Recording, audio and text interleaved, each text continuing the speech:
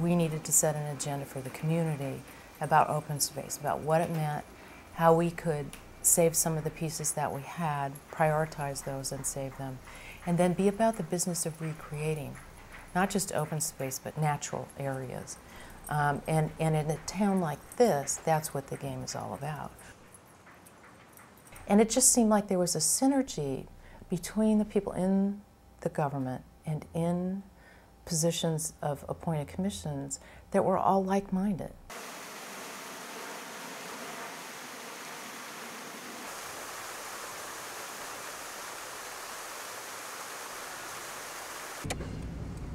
And open space got to be a real topic. At the same time, the new city manager had allocated some money, the council had approved it, to hire professional design services to actually put an open space plan together. So we'd been reaching out into the community with community meetings all over, talking about open space. What's in your neighborhood? You know, where are the little spaces? Where's creative potential for big spaces? So we'd created this buzz.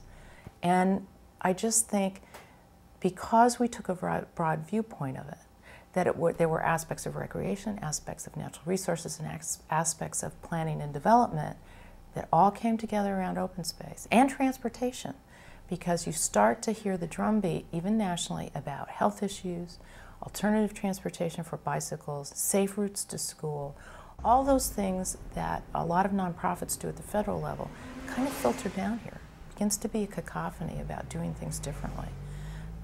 We don't want to be in our cars so much.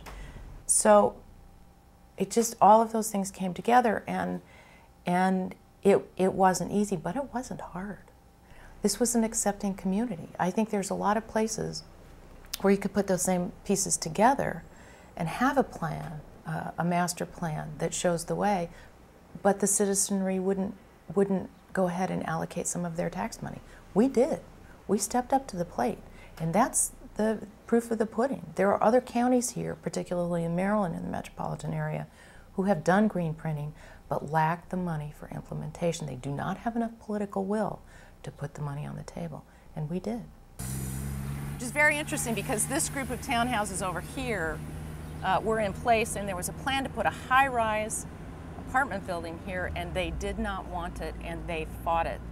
And instead they got this, this lovely waterfront park put in place and beat back the development. That was probably in the late 70s that happened.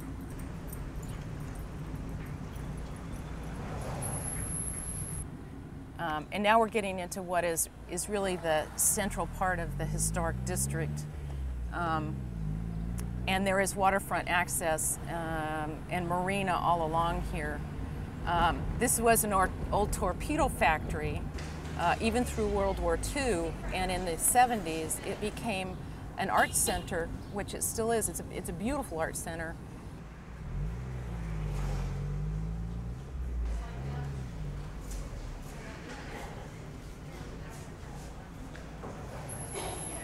Flooding still occurs here on a regular basis when the river rises. Last year during Isabel, you can see here's the foot of King Street, our main street, and it flooded up another 2 streets. So all these businesses are getting pretty savvy about the way that they do their construction on the first floors and make it a little bit more impervious, not impervious to flooding, but able to be flooded and then dried out and cleaned up. And I'll take a turn down here. Again, these are some of the buildings that this whole block in here still has not been settled. This is called the Strand. These are all, none of these have clear title. We have a little park right here, but this would be some of the pieces that are targeted in our open space plan. These old kind of industrial pieces, this parking lot. We should never have parking lot like this on our waterfront, but we need to deal with the parking issues. It's just a matter of doing it someplace else and probably in a garage kind of situation. But we hope to get all of this stuff for open space, all these pieces in here. And we have, again, a very, very small park right here called Point Lumley that it would tie into. And then here we have Robinson Terminal South, which is the second warehouse building that's owned by the Washington Post. So in between, we have these wonderful resources and the potential for adding to that. This city is more than 250 years old and was established as the first seaport in the metropolitan area, and that waterfront has always been the lifeblood of the community. Tobacco, slave trading, all of that came and went from here. And fortunately, there was a planning director here in the mid-'80s who conducted a public input planning session about the waterfront and set the vision down that we wanted to have public access across the whole waterfront from the north edge to the south edge of town, and that we wanted the street ends open. And that was a framework that we worked with for a long time. At the old Ford plant, there's now high-end condominiums, and we have a beautiful public walkway along the front of that. At the northern end of town, there is a coal-fired power plant, and it is currently in bankruptcy. We shouldn't have that on our waterfront, and it's a use that, because of economics, again, just like the smaller industrial uses, at some point that will not be economical to run and operate in the manner it's being run now. The sooner that comes, the better, but it will provide a tremendous recreational resource at the north end of town.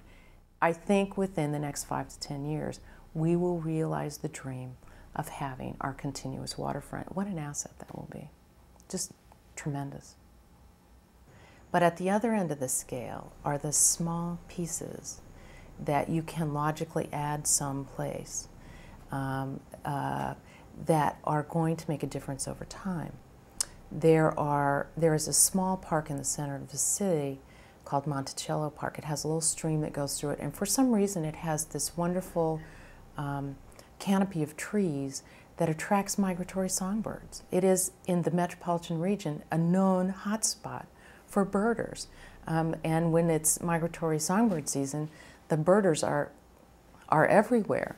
But we took a look at the landscape photographs in the GIS system, and lo and behold, around this, there are all these houses that, when they were built right after World War II, they bought double lots. It's kind of steep as it goes up into the park, and they bought double lots, and they built their house on the street side, and then they have these very large treed lots at the back that back onto the park.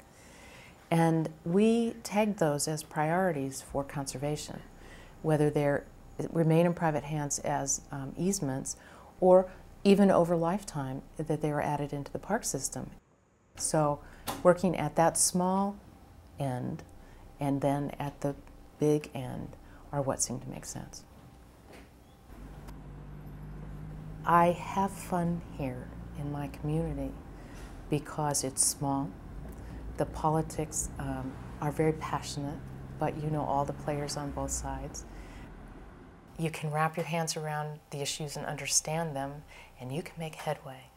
And I feel like I, with the help of a lot of other people, have done that. This community has come forward to be, I think, leaders in the metropolitan area on a lot of these fronts in the last 5 or 6 years. And it is not without a lot of work, but I can see it and I can touch it and I can hold it up as an example. And that does make me feel pretty good. It does.